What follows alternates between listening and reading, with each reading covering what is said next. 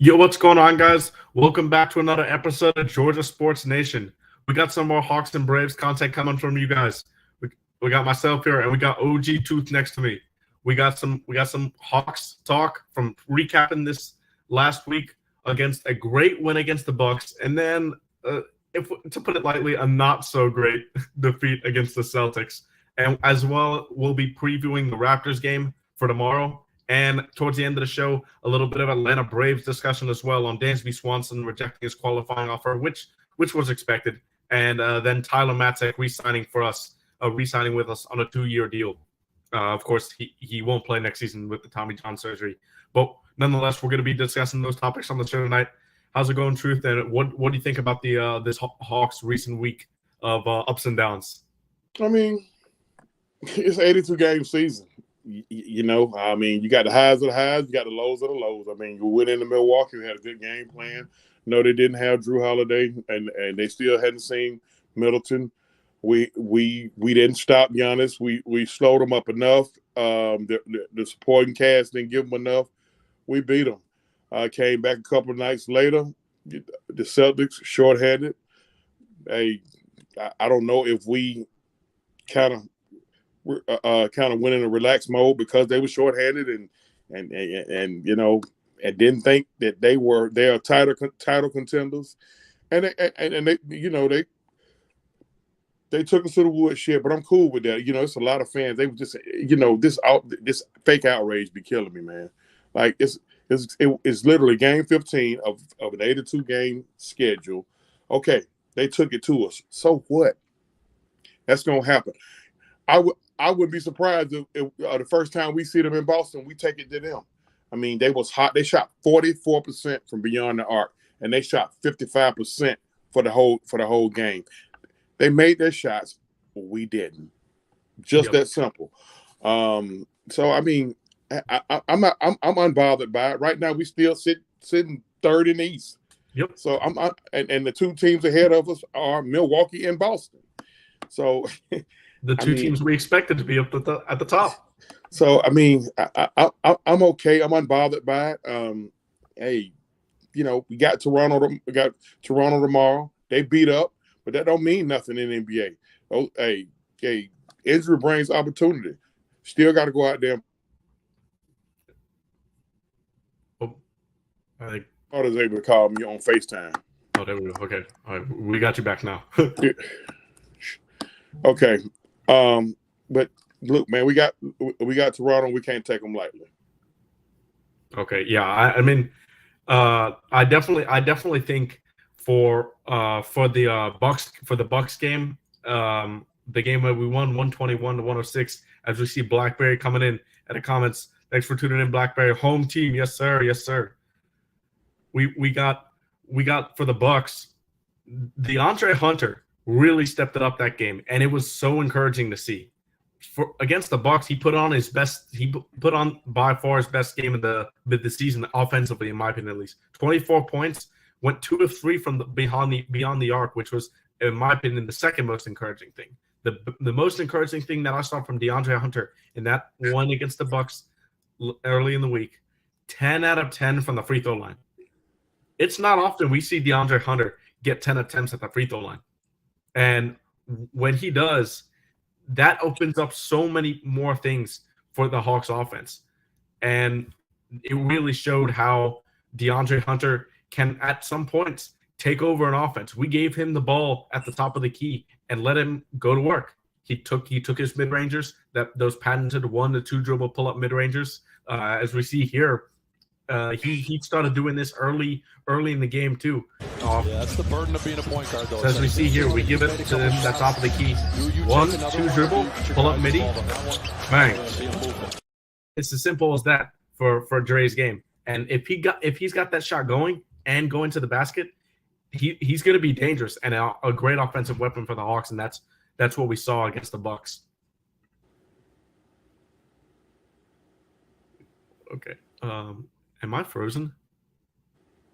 No, I can hear you. You can hear me? Okay. Yeah. Yeah, you good. Okay, Yeah, Drake.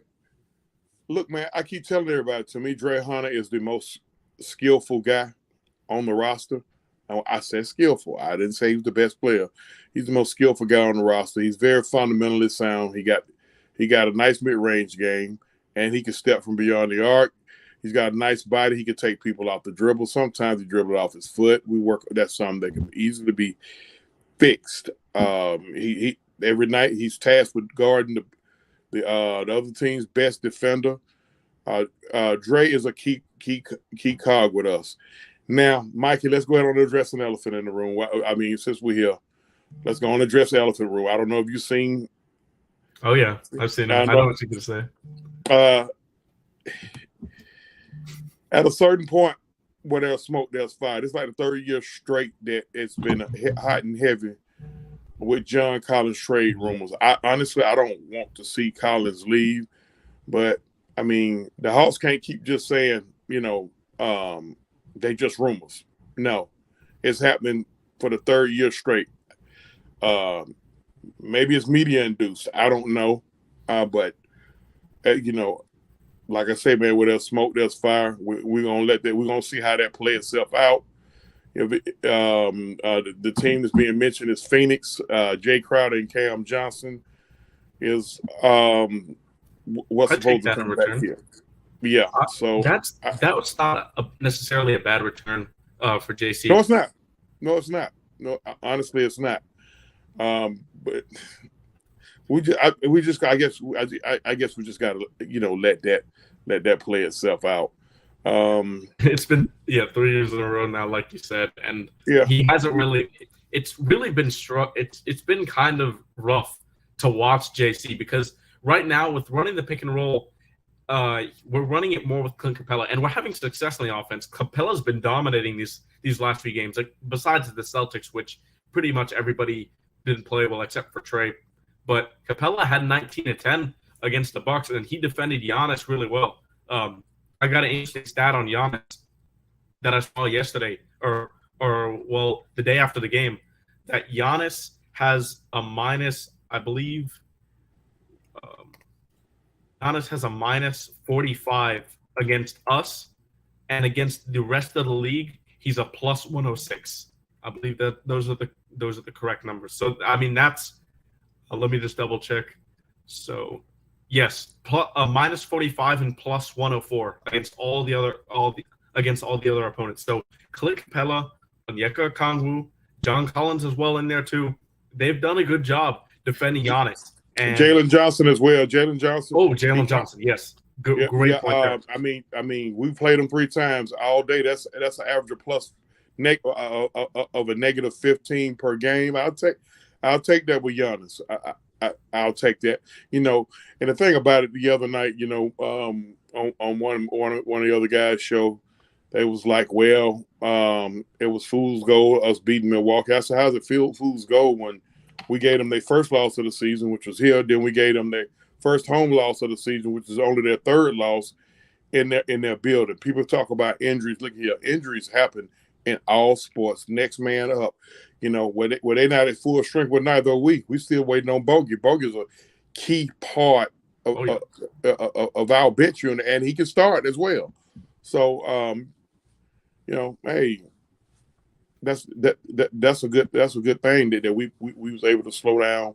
That we able to slow down Giannis. We know we ain't gonna be able to slow him down all the time. I mean, but I'll take. Listen, 3 games. I'll take plus 45, and I think we only playing one more time. Yeah, we played. Yeah, we got one more with the Bucks. And also, the Hawks' offense. I know we've been struggling on offense, and that's an understatement. The Hawks are dead last in 3-point attempts, dead last in 3-point percentage, but our offense really comes from our defense. Yep, absolutely. Last year we were dead last in pace. And DeJounte Murray, especially, as well as both the Holiday brothers on defense, have increased our pace, and it's been working. When the Hawks get stops, we normally win the games. Every time we've held our opponent under 110 points, I believe we've won the game this year. And when we have guys like DeJounte Murray in the passing lanes, Jalen Johnson hopefully can improve on defense, but Justin Holiday has been good in the passing lanes as well. we've got things that can happen like this when Jalen Johnson was able to get out on the break, and this is just off a missed shot. He gets a look, still can't. I mean, Aaron Holiday pushes it to Jalen Johnson here, and then he slams it on Bobby Portis for the end. Count the bucket. Jalen Johnson. These are the type of plays that we need the Hawks to get going in transition early, especially when our three ball's not falling like now. What do you make of the shooting and the spacing right now that we're seeing from the Hawks? And do you think that it will improve? I think it'll improve a little, but definitely not to the point of where it was last year. Play to your strength. Right now we last in 3-point percentage, like you said. But we also, but on the flip side, we either 1 or 2 in paint points. Yep. I mean, that's kind of a no-brainer, Mikey. I mean, you 1 or 2 in paint points, and you 30th out of 30 teams in 3-point shooting. Stop shooting freaking three so much, okay? Hey, well, we're dead last at attempts too. Yeah. Shoot them shoot them in rhythm. I mean, by all means, shoot them in rhythm, but don't just go to chucking them up. You miss 2 or 3 in a row. Get back to the paint. Get back to the mid-range. Hunter got a good mid-range game. Collins got a good mid-range game. Murray definitely got a great mid-range game. Trey got to work on his mid-range game. He has no choice because he's awful from beyond the arc. Our 3-point numbers will probably be better if he stopped taking so many logo threes. Yeah, I said it. I'm sorry. I mean, people get so bent out of shape when you talk bad on Trey, but he deserves some of the bad to be talked on because he takes terrible shots at times. Yeah, I listen. I know what he do. I know what he's capable of, and I'm one that's on record to say if the Hawks are a top 3 seed in the East, he's going to be in the MVP conversation. But he also got to take away. He got a little selfishness to his game, and it's starting to get noticed, and it's starting to rear its ugly head. Yeah, I don't think necessarily this 3-point shooting is all on Trey. Obviously, that the efficiency for Trey this year is the worst it's been since his rookie year, and we've seen John Collins is now at a slump from 3. DeAndre Hunter slumping from 3. DeJounte Murray slumping from 3. Aaron Holiday's over the last few games has too, while he started off the year hot. Justin Holiday's broken out of his slump that's early in the year. But we've got all those guys that I listed. Jalen Johnson's struggling from 3. I don't think he should be taking any threes. He should be shooting threes at all. I don't think he's – listen, what a lot of people got to understand, Mike, just because you can make a 3 don't mean you're a 3-point shooter. Yep. And AJ Griffin is a 3-point shooter. He shoots pretty well he shoots the 3 ball pretty well. Very well. To me, DeAndre Hunter shoots the 3 ball pretty well. Yeah, he's been like, and that was what I was getting at my point where if you got serviceable 3-point shooters, we've got serviceable shooters, I think and John Collins is going to figure something out. I know his percentage. He's like 3 for his last 30 something. I don't care. I know his, the boutonniere deformity on his finger may have taken a hit to his shooting. But he started the year off those first 2 weeks, knocking down the 3 ball. I think we can see that again from JC, not at that level, but we can definitely see John Collins become that serviceable 3-point shooter that he has been for the most of his career. I don't think he's going to shoot this bad. I think our offensive rating will come up a bit. We're one of the last in the league, but. It definitely is a bit concerning that it's lasted this long. But against the Bucks, we were able to shoot an okay percentage from. We shot 35% from 3, 7 for 20. So that goes back to your point. We only took 23s and we blew them out. We only took 23s and we blew them out. So if we're not 3-point shooting team, go to the paint, and that's what we did, and we won the game. So that's exactly what you were saying. We scored. I mean, we had 58 points in the paint. That's a recipe for you to win games right there. Over 50 points in the paint is huge. I mean, it's not rocket science. Ain't no reason to reinvent the wheel. You go with what's working. People saw it down with the 3 ball. Listen, those 2-pointers, they count. Shoot them and make them. You got guys. You got 1, 2. You got 2 bucket go getters in the starting lineup. You got 2 legit bucket go getters. Trey's a bucket go getter. DeJounte's a bucket go getter. Okay. Hey, listen. People keep saying, We don't have any identity. That's your identity right there. Read and feed off of them.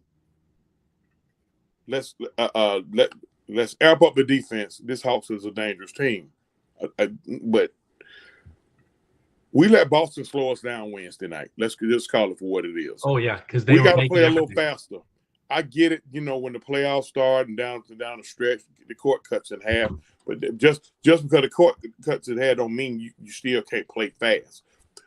We let Boston slow us down, and they methodically picked us apart. They have methodically picked us apart.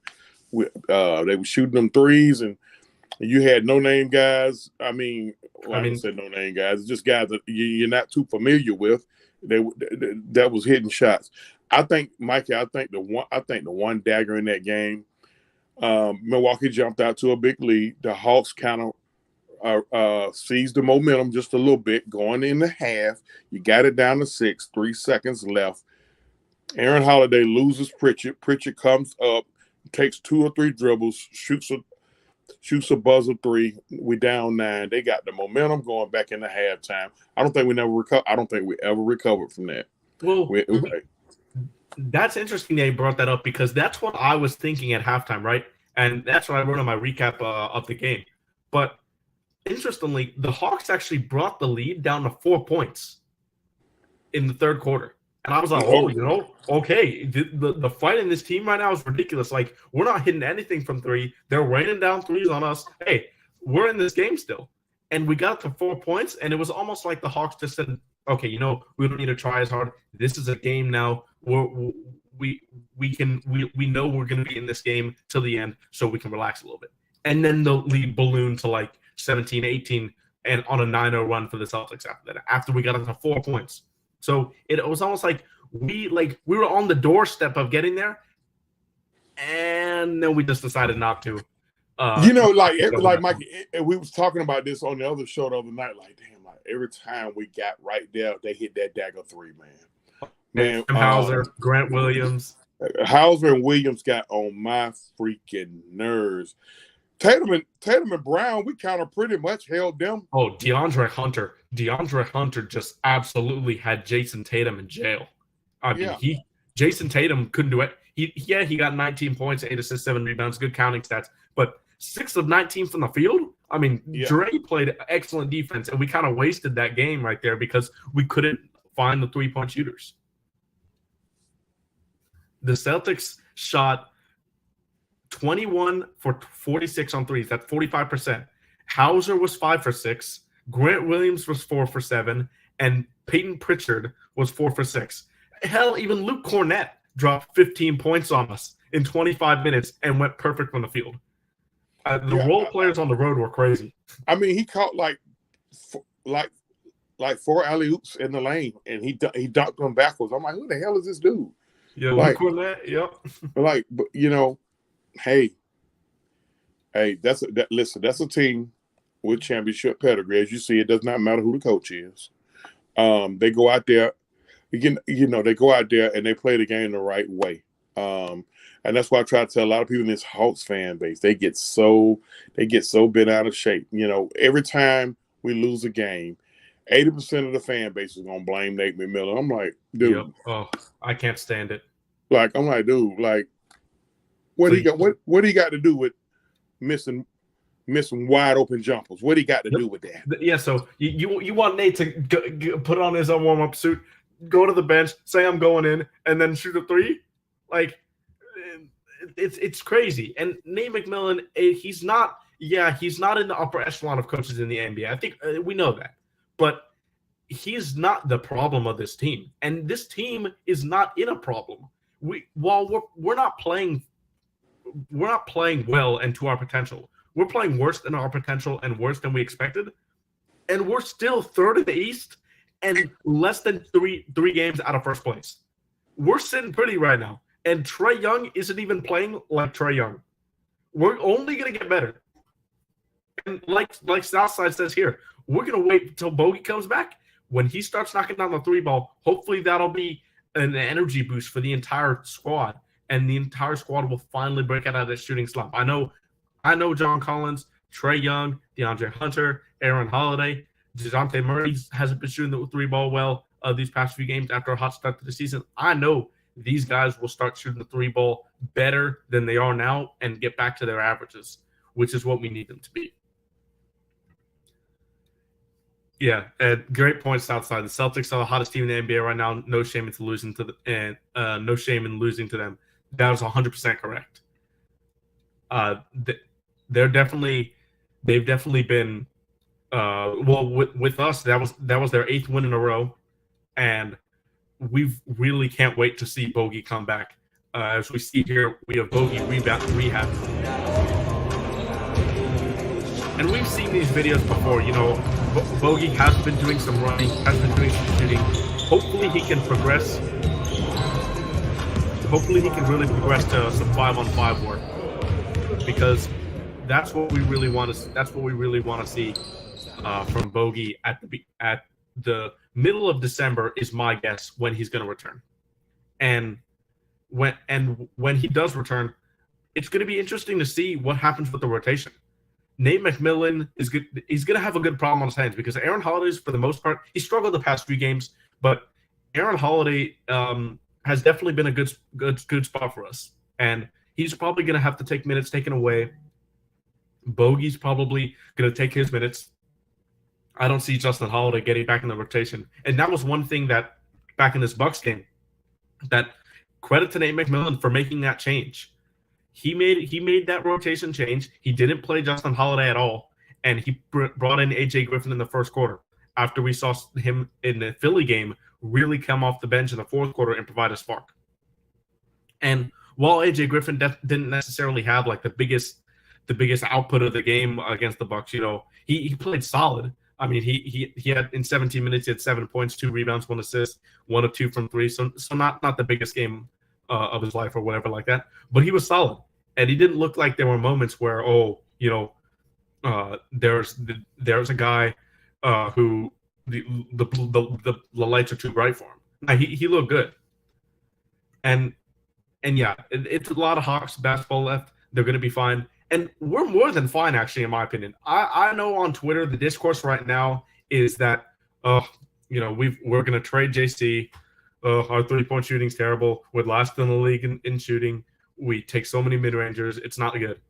With all of that being said, I sound like a broken record right now, but I'm going to keep repeating it. We're 3rd in the East, less than 3 games out of first place, and we're not even playing well. We're playing okay. We've started off our first few games as we had the Rockets, we had the Magic, we had the Pistons twice, and then that lost to the Charlotte Hornets. You're going to have some of those losses, like to the Hornets early in the season.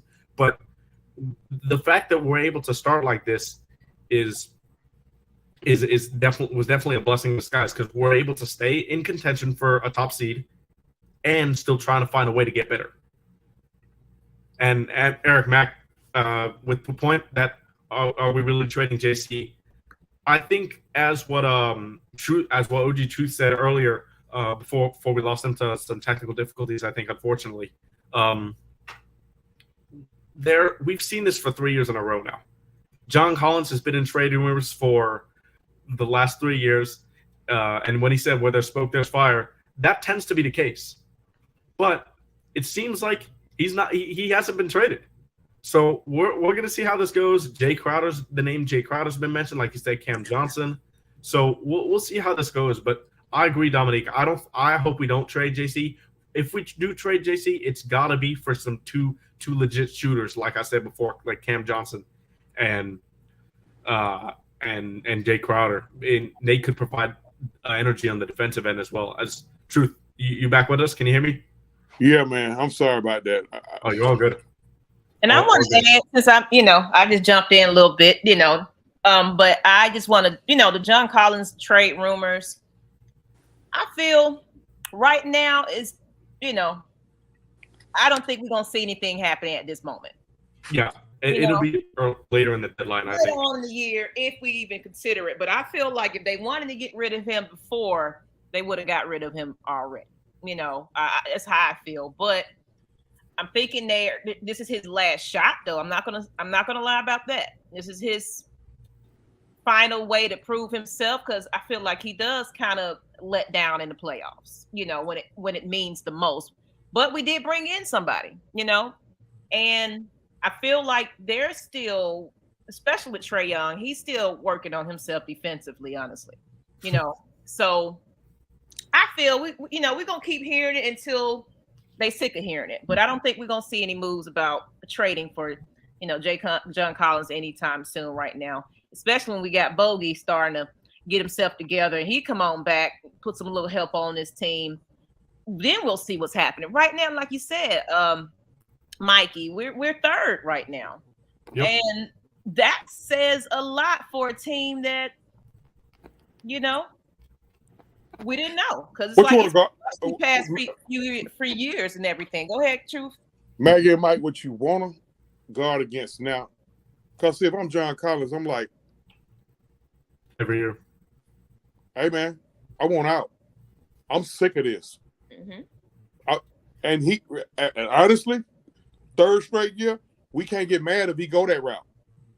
That's like true. I'm sick of this, because he's been a professional throughout. Yes. He's been a professional. He done blocked out the noise. But how much more can he block out the noise without him saying, okay, look at here. Hey, y'all shopping me. I don't hear about nobody else getting shopped. Yeah, I appreciate y'all giving me my money. Okay, get me up out of here. Yep, I can see that too. But you got to also look at it like this, y'all. It could be the media. Y'all know Atlanta's media is not the nicest. Look at the Falcons. Shams earlier today in his article had said that teams are interested in inquiring on John Collins. It wasn't like the Hawks were actively shopping him, which was kind of that was the language he used. Which obviously he's a reporter, they're going to twist their languages, but that was interesting to me because it didn't seem like the Hawks were very proactive with this. Other teams were inquiring about John Collins to us, which to me, that's a better sign than us saying, okay, we need to trade John Collins right now. At a certain point, I need my front office to say, look, we ain't trading John Collins. Y'all stop creating the BS, because I do agree with you on that, Maggie. It'd be the media and social media who be creating this buzz. Oh, and, social media care about as much as the media. So if you not listen, that's why I said at a certain point, where there's smoke, there's fire, because you're not coming out and refuting this. Okay, Travis Slink, Landry Fields, Nate McMillan, somebody say, no, we're not trying to get rid of John Collins. Y'all stop it, cut it out. That ain't what it is. Last year, when it happened, they was like, well, I mean, if we have to listen. Okay. What if somebody said it? What if it comes out by Trae Young? I bet you they'll say, no, we ain't trying to trade Trae Young. So yeah, that we have to listen to me. That's a bunch of BS. That's a good point. And if we go back, I wanted to say one last thing about this Bucks game before we get back to the Celtics game.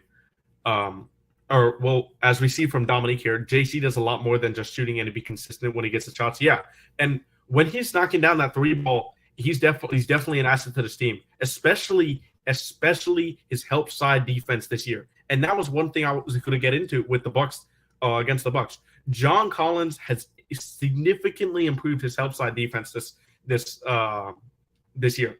It's been definitely his best defensive year in the NBA, I believe, so far. He added a block and a steal against the Bucks as well, and he had 60 points. I mean, it's a decent night he had against the Bucks, but the starters against the Bucks really carried us, and I wanted to put that out there because our bench, as much as we praise them when they play well, AJ Griffin, Jalen Johnson, the Holiday brothers, Onyeka Okongwu, these guys have all had their moments, especially in that game against New York and the game against Philly that we won.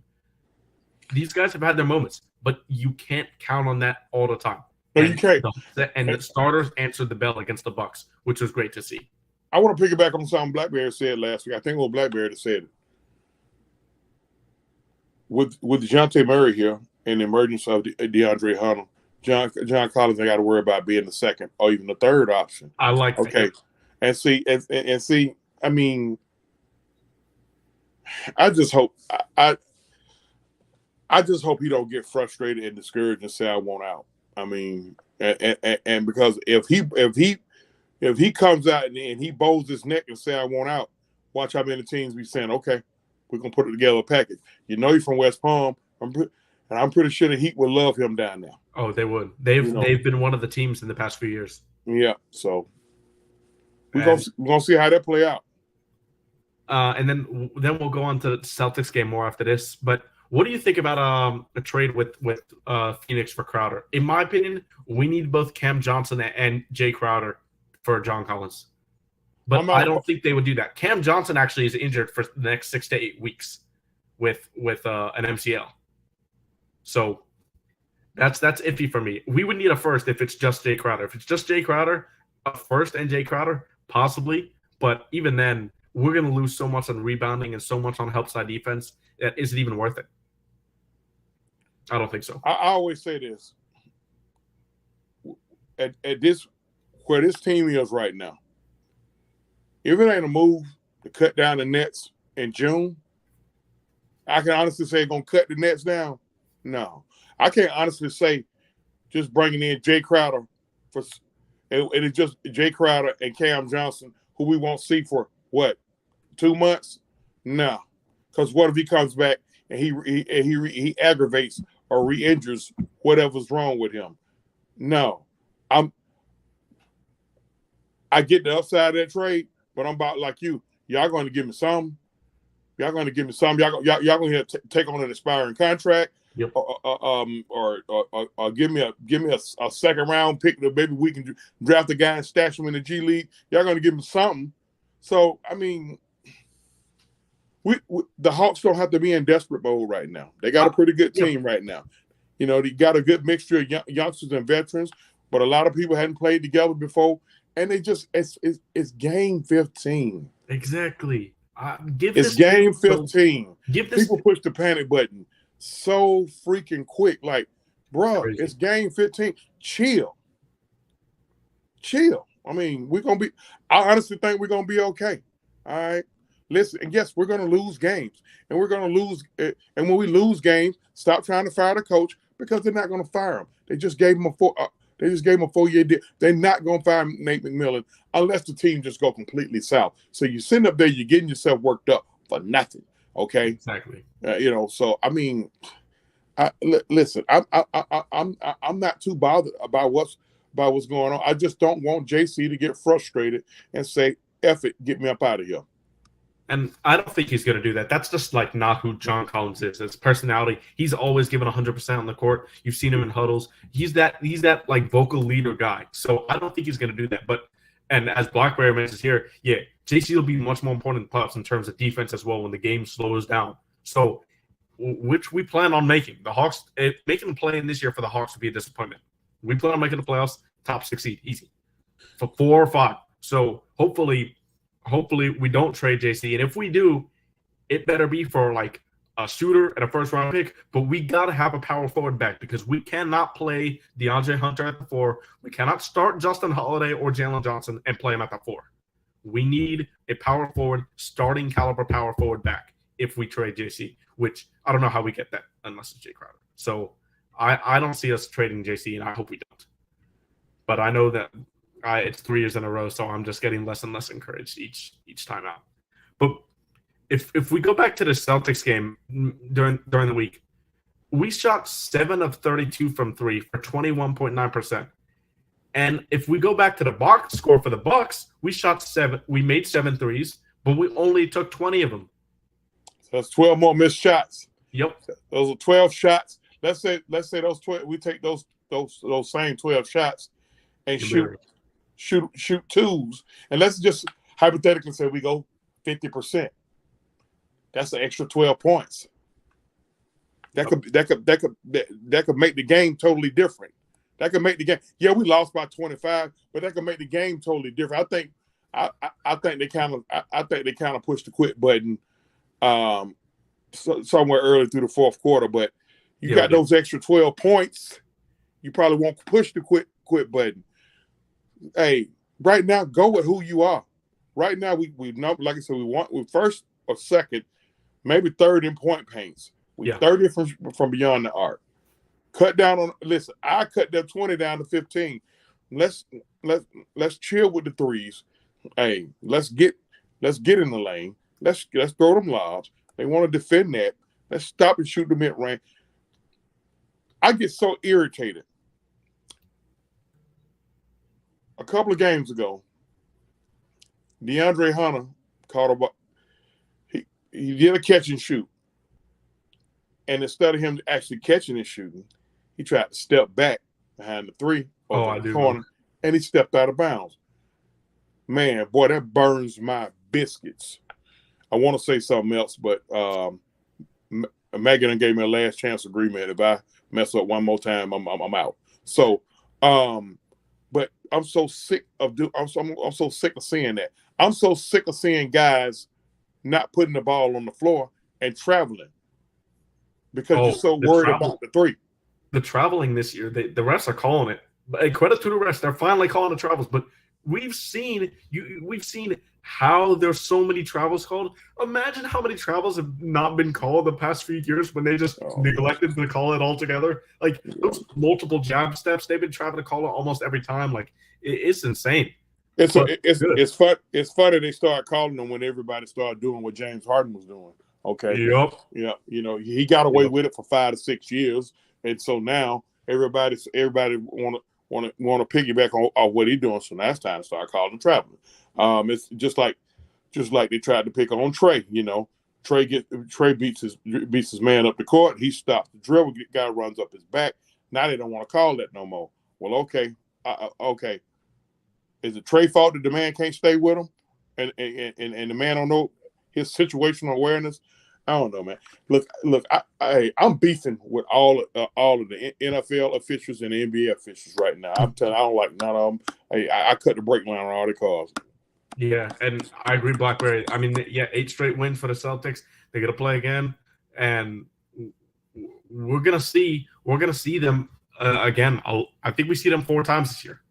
And it's definitely going to be a test for us against the Celtics. Shoot the 3-ball well, we don't. When we give up 21 threes and we don't shoot the 3-ball well, that's the problem. Hopefully we can get our 3-point shot a little bit up more. I don't think we should be taking a lot of them, like they're saying, truth. But we definitely need to get our 3-point percentage up more in today's NBA, especially. The last thing I wanted to say about the Celtics game, as bad as it was good to see Trae Young get a bit of his efficiency back. He shot 10 of 23 from the field, much better.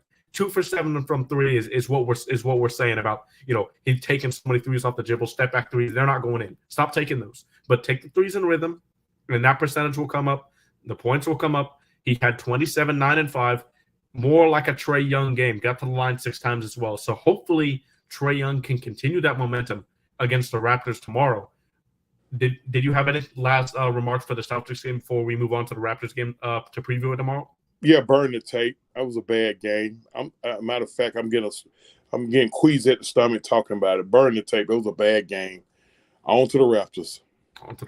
All right, let's go. Tomorrow night at home against the Raptors, a team we've struggled against in the past, but the Raptors are, like you said at the beginning of the show, Truth, definitely beat up.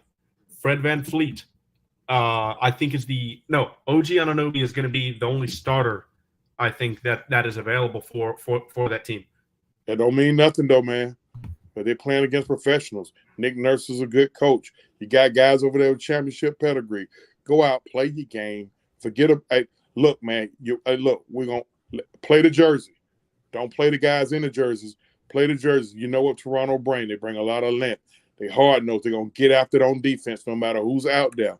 Okay, So just listen. If you take them lightly, you'll lose by 30 again, and then it'll be a conversation on how in the hell did we lose by 30 to OG Anunoby's nephew and Pascal Siakam's granddaddy. Listen, go out there, play the game. Hey, stick with it. It shouldn't be any problems. Play the jersey. Don't play the guys. Don't play the guys in the jersey. That's just my thoughts on that. We should win that game. Oh yeah, especially at home too. For the Hawks, Bogdanović still obviously remains out, but the Raptors are missing Siakam, Gary Trent, Precious Achiuwa, Chris Boucher. Otto Porter Jr., and Delano Banton, who went off for 27 points in the Raptors' last win. They're going to have Van Fleet, and they're going to have OG Anunoby. Other than that, and Thad Young, he's older, but other than that, they're going to have guys who don't normally play every night. We should hope but like you said, we can't take them lightly. We got to get these guys going from three, and hopefully this is the game to do that. Oh, now Trey is going to have a tough game. I'm just going to put that out there right now. Trey's going to have a very tough game. OG Anunoby, in my opinion, best perimeter defender in the NBA this year, should be the leading defensive player of the year candidate right now. He's only fifth somehow, but in my opinion, he's got to be number one. He gets like 3 steals a game. He's been insane. What can Trey do? Because he struggled against OG Anunoby in the past and the length of the Raptors. What can we do to try and get Trey going against the Raptors' length? Get DeAndre going. Get DeAndre going and get DeAndre and DeJounte going. Get them going. Once them two get going, that's going to loosen things up. Okay, you want to keep blitzing Trey? Okay, we'll put the ball in DeJounte's hand and let Trey run off the ball. Now OG, now you're going to have to chase somebody without a ball. It's easy to guard somebody. It's easy to chase somebody with the ball than to chase somebody without the ball. That'd be real easy with me. I'll tell Trey to play off the ball. Let's get it. Yeah, and Nate McMillan had said in the summer he had worked with Trey. You know, he went to Norman, Oklahoma, where Trey's home is, and they worked on off-ball stuff. We haven't seen it a lot from Trey. Hopefully, we can see that soon. And when he's going around curl screens, you know, not just sitting at the deep hash or not just sitting in the corner. As we have Blackberry, he's saying, take those open threes. And I agree. I know you were saying we shouldn't be taking these threes, but in rhythm, and taking these open threes. No, but I did say, hey, this in rhythm, and they dare take them, but don't just go to launching them. Yeah. Okay, let me talk about the threes I'm talking about.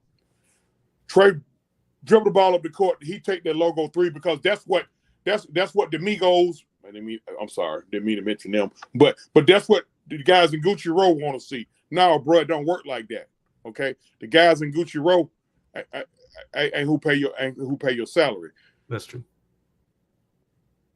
Take them in. Hey, listen, if you run somebody off a screen, like when the older Holiday guy come in the game, hey, they run him off screen, he shoot it. That's in rhythm. Okay, but don't sit up there and dribble the ball for 14 seconds. Take that out of the ball. Sometimes Trey do that, and then shoot a three, and then you put your team in a fast break situation. It's already we already got sometimes we already got a counter play 4-on-5 because we already know he's not the greatest defender on the planet. So understatement of the year right there. So I mean, but yeah, take them in rhythm, of course. You know, Hunter off the screen, Hunter can spot up, take it. DeJounte, take it. Trey in rhythm, take it. Yeah. AJ when they come off the bench, take it. Okay. Collins, even Collins, take it. I don't mind John Collins shooting like 3 or 4 threes a game. More than that, I'm a bit iffy, especially right now when he's struggling in the 3 for 30-something slump. I mean, we've never seen this type of shooting from John Collins in his career. And that's what I'm saying. These guys will progress to the mean. It's going to happen. We're going to get better with the three-point shooting, but I really like how we've been playing fast. And after a missed shot, if we secure that board, I want Onyeka Okongwu and Clint Capella, who, I mean, we haven't talked about both of them enough this year. They've been excellent this year, both of them. Onyeka has had those rough games here and there against the Jazz. Against the Celtics, he wasn't good. He let Luke Cornett destroy him, and then Walker Kessler destroyed him against the Jazz. But once those guys get the board, I want to see them kicking it out to a point guard or a guard, small forward, and running the break, especially against the Raptors, because their length has really bothered us in the past. And if they can't set their defense up, we've got the advantage in the full court. Yeah. I'm not overly concerned with the Hawks, man. Like I always said, maybe it's the homer in me, but I'm not too concerned. I mean, I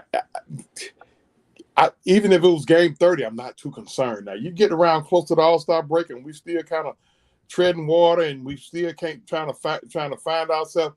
And you start getting. I'm not concerned about game 50. Listen, we 9-6. Okay, look, 9-6 equates to what after 60 games, 9-6. What that comes up to 36 and what 36 and 18. Yep. After 60 games. You kind of feel where I'm going? Like, chill out. Like, I mean, look, is it 36 and 18? Listen, I wasn't no math wizard. But just, hey, calm down, man. I think a lot of people, especially 36 on Twitter, and 24. 36 and 24. 36 and 24. 24. My bad. 36 and 24. But the Twitter is especially notorious for just every night switching up. One night you'll see, we're so good. The Hawks are in for a championship run. Like, we're going to be so good. And the next night, John Collins need to be traded. DeAndre Hunter sucks. We overpaid both of them. Worst contracts in the league. Trae Young is slowing down. He's regressed. Like, it's insane what we see and what we hear on social media. We're going to progress to the mean. We're going to be fine. And like you just said, I'm going to keep nailing this in the head. We aren't playing impressively, and we're 9-6, and we're the third seed. We're only going to get better, so we're going to be fine.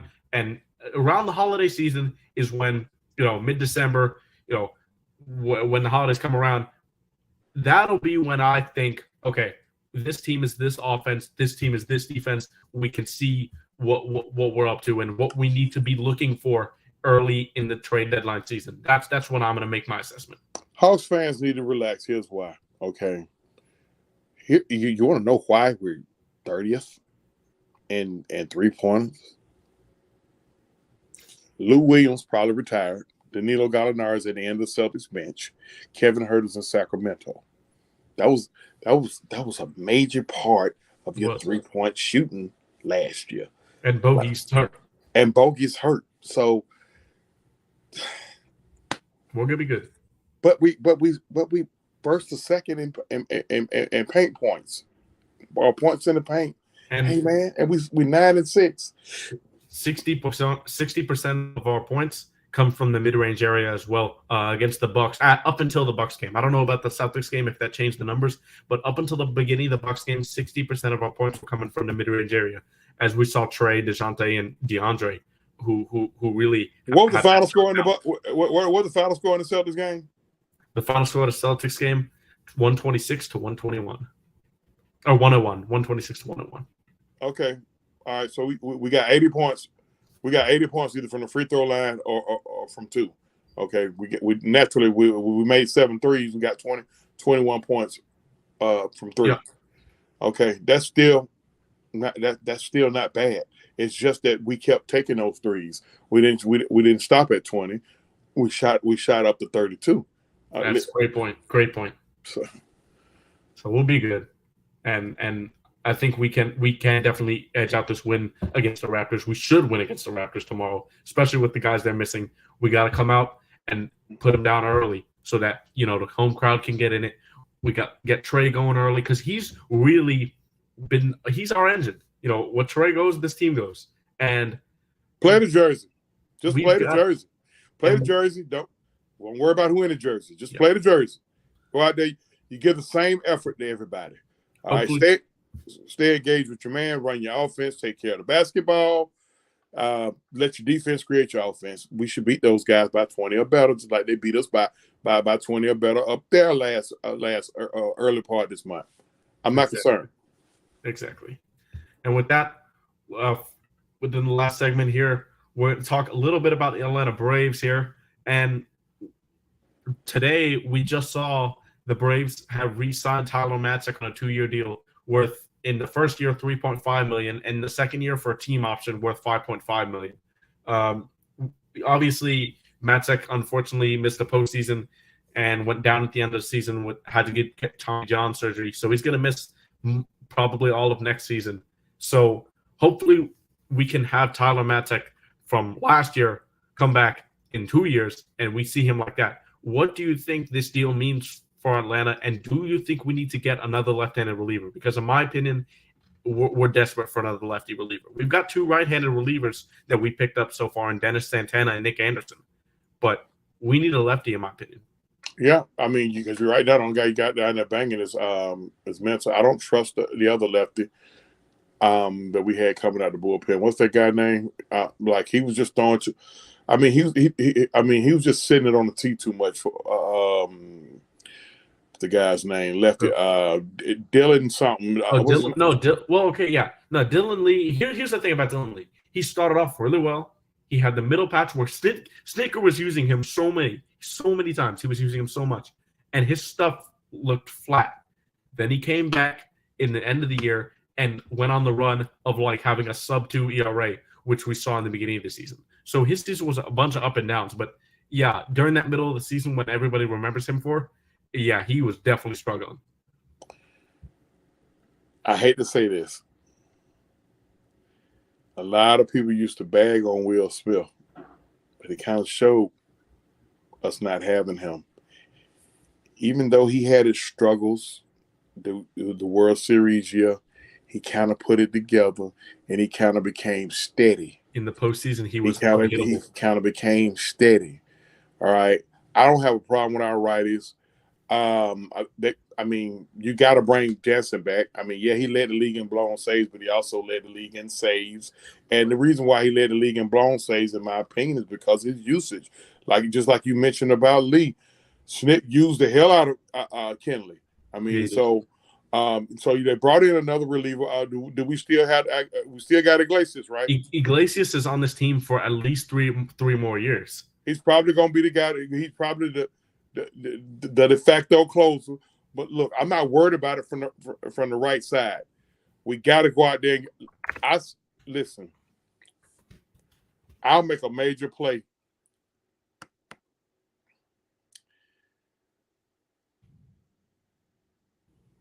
For probably somebody like.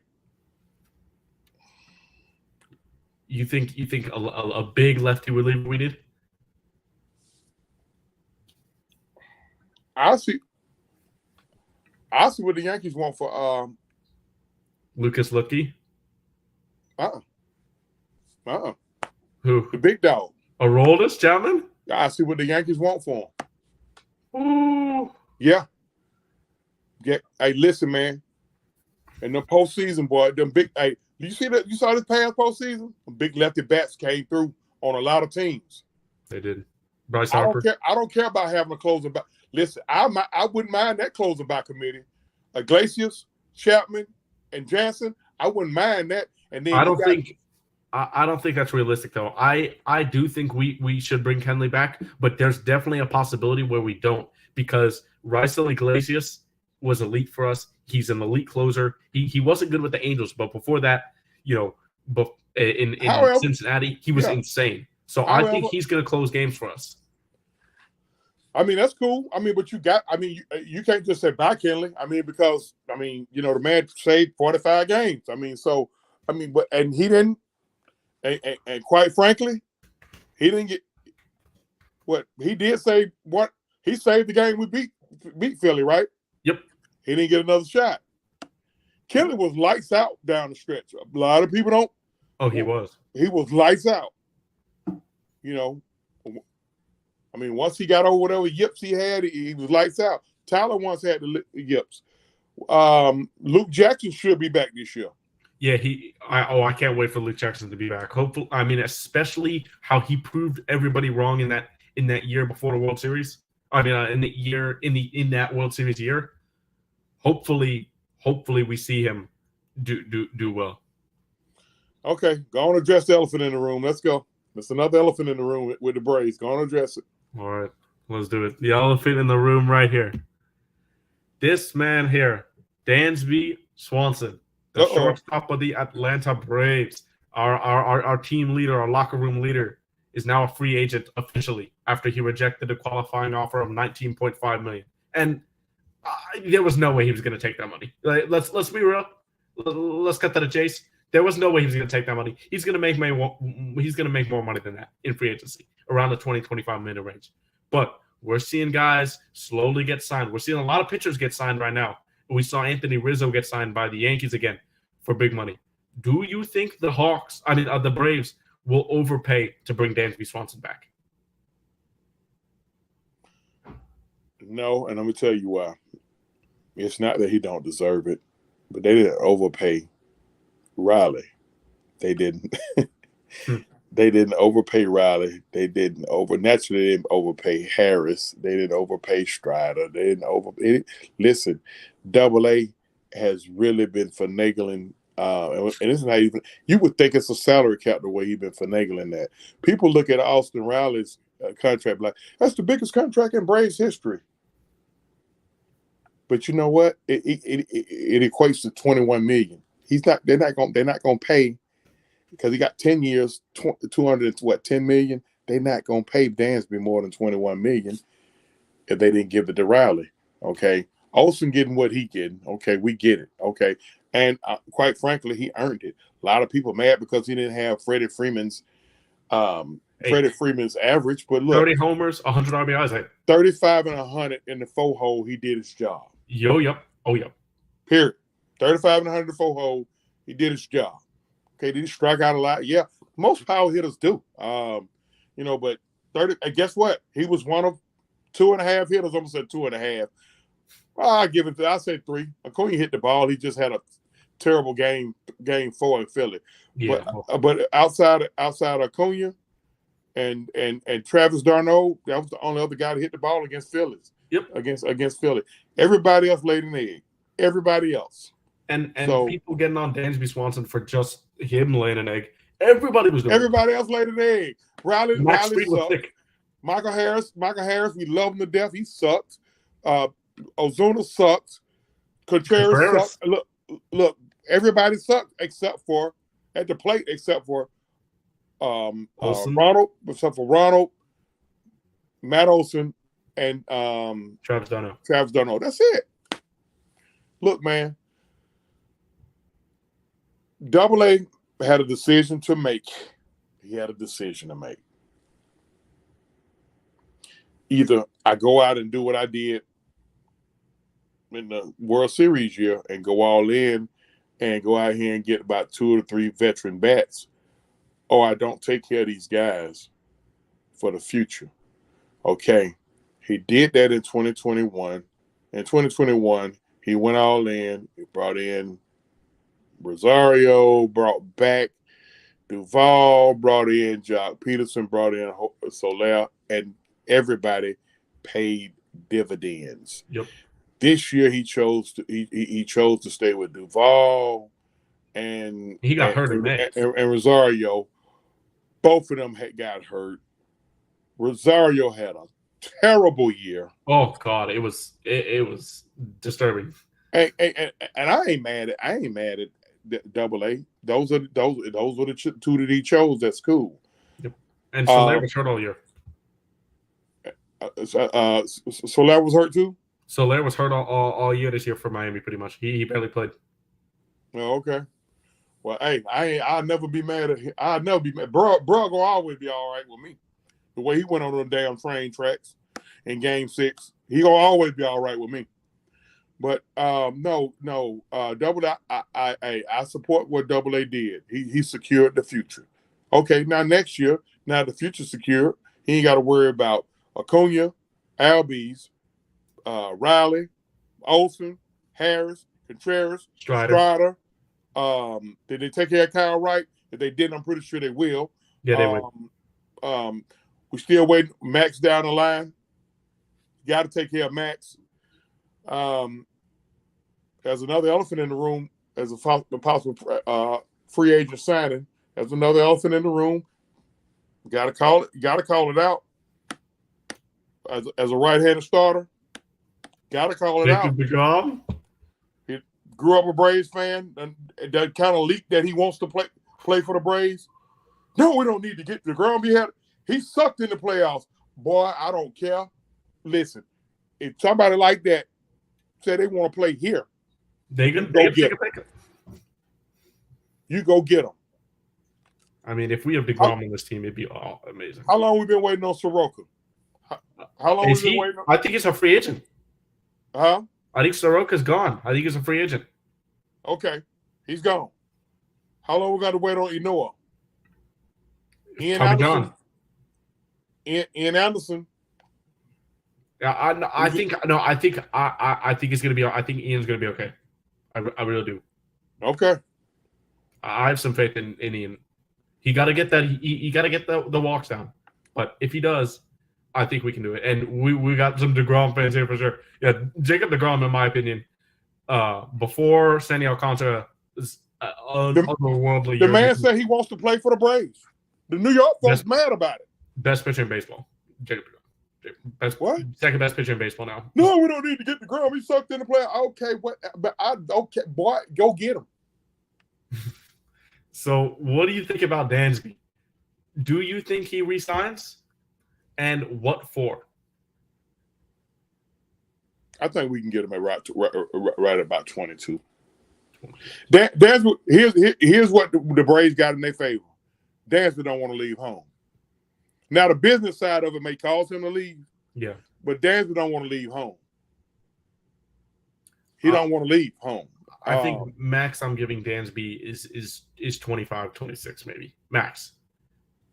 And the scary thing is the shortstop market's so good and there's very high demand for shortstop market, right? But the supply is so little. You've got 4 elite shortstops, then you've got the rest of the guys who aren't starting caliber. So I got a bad feeling about Dansby though. I know everybody's just gonna want to pay so much at a premium for these guys. And here's the bad feeling I got. I don't know. I hope we give him 25 exactly back rate. I hope we give him 25 5 years, 25 4 years, and let him go to work here and him be happy. You know, he's gonna get married soon. He'll start a family. Like he's got everything set here. Hopefully he realizes that and stays here because especially from a chemistry standpoint, we're gonna need him, especially when we lost Freddie last year.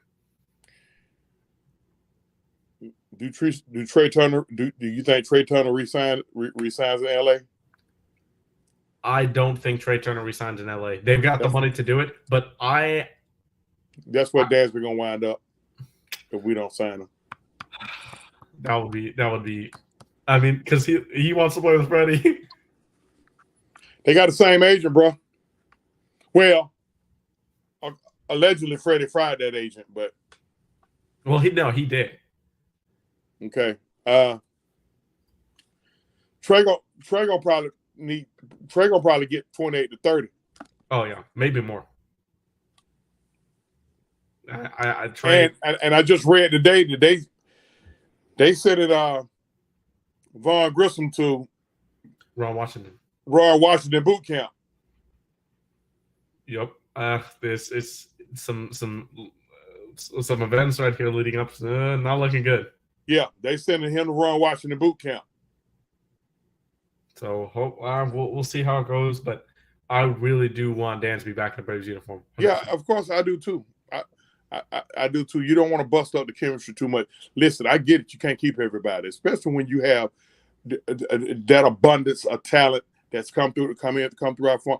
What I love about it is, we homegrown a lot of these guys. We plugged in vets where we needed them. We homegrown a lot of these guys. We homegrown right. We homegrown Freed, even though he wasn't drafted by the organization, but we still homegrown them.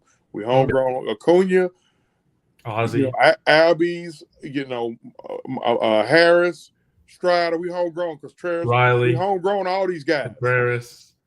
What I don't want to keep doing, and guess what, dude? Hey, let me tell you something, man. I got all the respect in the world for Charlie Morton. He played. Listen. I'm going to sound in my Kurt Angle voice. He played an inning in the World Series on a broken freaking leg. And then, as bad as his luck have, he breaks his arm on the same type of play against the Phillies. But I don't want to keep giving him 1 year, $20 million deals. Yeah. Charlie's getting old. All right. He's stubborn. He gonna live and die with that. He gonna live and die with that damn curveball. Oh yeah. So Jacob deGrom, if you want him, ain't no salary cap. You go get him. You go get him if he said, look, I grew up a Braves fan. I love. Listen, go get him. It would be awesome if we could have a pitcher like that on the roster. Strider, Freed, deGrom. and a veteran like Morton who gonna eat innings up for you. Ooh. Did I mention Kyle Wright, who should have? To me, he wasn't even in. Why he wasn't in the Cy Young conversation? It's because wins don't count as much for him anymore. They used to count a lot more. Now they don't. Well, you would think leading the league in wins on the second best team in the league and the third best team in baseball. You would think that would count, right? Yeah. I don't know. But Max Fried was second in Cy Young. Sandy Alcantara did take the Cy Young for the National League. How many games Miami win? Okay. With that, any closing remarks on the Braves or Hawks, or what you want to say before we wrap it up here? On game 15 with the Hawks, relax. Don't push the panic button. We got 67 games left. As far as the Braves, get your mindset that Dansby may walk. That's just the nature of the business. That's the sad part. The only thing that's holding on that we can hold on by a thread is Dansby is homegrown and he wants to stay home. Other than that, be prepared for him to walk. They done sit Vaughn Grissom to Ron Washington camp. Just don't be surprised if we walk. Cool, we got back Tyler Matzik. The 3.5 is nothing. They don't feel good about him. They don't have to pick up his option the next year. That's not a bad deal at all. I don't know anything about the two righties that we brought in, but that's good. And that's about all I got, man. Let's beat these Raptors tomorrow. Let's calm the fan base down until we lose again. And because you know how they act. And I look here, man. I just recently got on Twitter because I have to. I've become a content creator now, and I kind of feel like I'm kind of part of the media. But sometimes I really want to silence my app. Oh, my God. Good boy, they something else on there, man. So I get it, but hey, man, go Hawks, go Braves. Listen, Hawks fans, relax again, relax. My goodness, I hate to sound like Aaron Rodgers, but relax. All right. It's game 15. Yeah, for the Hawks, we'll be okay. I think the shooting will come up a bit more to the mean, and we keep getting those pain points, keep getting out of the break, and if we do that, we should be able to beat the Raptors. And for the Braves, like you were saying, definitely be prepared for Dansby to leave in free agency. But overall, I think the consensus is that we definitely want him to stay, but don't be surprised if some of the events we've seen leading up to him walking. But with that, we're gonna end the show like we always do. Where can the people find the good OG Truth content? Oh man, OG Truth. I'm at OG Truth on Twitter. All right, you can catch me on my YouTube channel. It's the King's Ransom, KINGZRANTZOM. You can also catch me on 2 Factor Media Radio. That's 2FM. Sundays from 12 to 1 on the Big Verb Game Day Report. And you can catch me just raising hell on Facebook all day, every day. Well, it's a gag going on me right now in AFN. I told the line, listen, I'm Draymond Green, Dennis Rodman, Kyrie Irving, and Kanye West. I'm all bundled up into one. So, but hey, listen, I ain't hard to find, man. OG Truth first. I'm always seeking and speaking the truth, the whole truth, and nothing but the truth. Mike can take us on up out of here. All right, and with that, you can follow me at PinWizard300 on Twitter for however long Twitter lasts. We'll see. And on YouTube, recapping Hawks hoops. On the days where I don't recap the games with a video, you can look on HawksFanTV.com. I am a writer for them. They're going to be the recaps there. I'll be writing tomorrow's recap on the Raptors, so definitely keep an eye out on HawksFanTV.com for all the recaps if I don't make a video. But with that, definitely tune in for tomorrow for next week. We're going to have a show 6 o'clock as far as we know, and we're going to be discussing more Hawks and Braves content for you guys. Let's see if we're going to see any big news in free agency, and we'll have an update for the Hawks on how they're doing too. Until next time, guys. Peace.